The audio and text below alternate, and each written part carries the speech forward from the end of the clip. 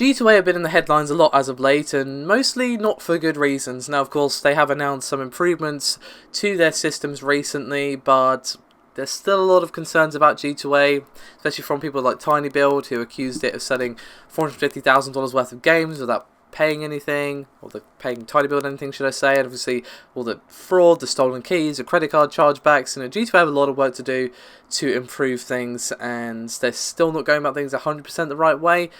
But they are improving, but it's still a lot of work to be done. But you might be wondering, well, how does something like this actually happen? Well, Kotaku dug into things, and they spoke fairly at length with Manga Gamer, a localizer of visual novels, adult ones, who recently suffered big losses as a result of stolen keys, and also to the person who actually stole the keys.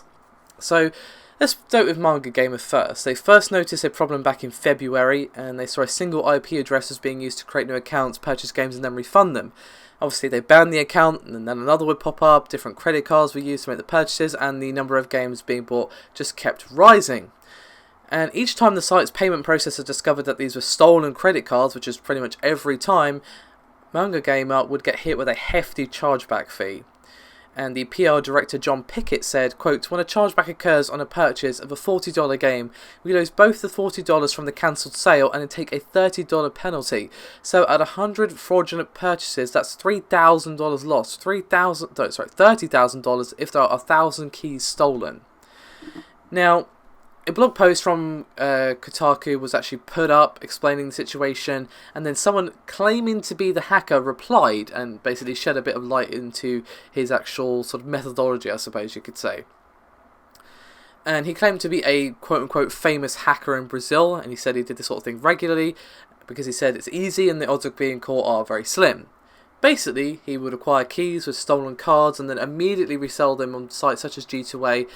While he's not making huge bank, he did earn more than $500 selling the Manga Gamer keys, and that is pure profit. Now, as the publisher, you might be thinking, well, is there not anything they can do? And not really, because chargebacks can take weeks or even months to come in. And the hacker said, quote, "G2A is one of the great sites to sell fraudulent keys. The keys of commerce are quick and easy, and there is not much bureaucracy."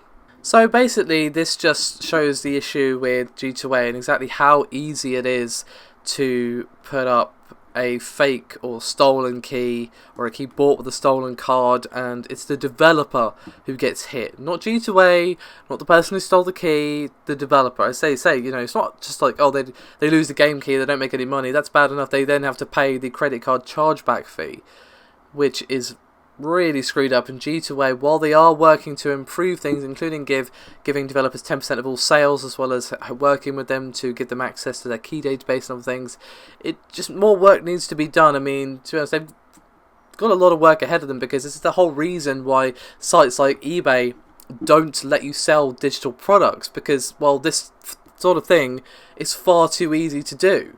I mean, this guy is it's not even difficult according to him. Obviously, I've never done it, never will, and I can kind of see why it wouldn't really be that hard to pull this off. He's not exactly making millions off of it, but he's costing a small indie developer huge amounts of money. And even if this was like Ubisoft or something losing out, it doesn't make it okay. It's still literally stealing money. Some people have said that G2A is worse than piracy, because with piracy, yeah, they're losing out on a sale, but at least you're not costing them money, which you are with G2A if you buy a stolen key. So G2A need to really, really work hard, because, people want cheap games, that's true, but I don't think people want to cost the developer money at the end of the day. So hopefully we can get some improvements or something happening, because I don't really want to be seeing an indie developer losing $3,000 because someone stole their game or whatever.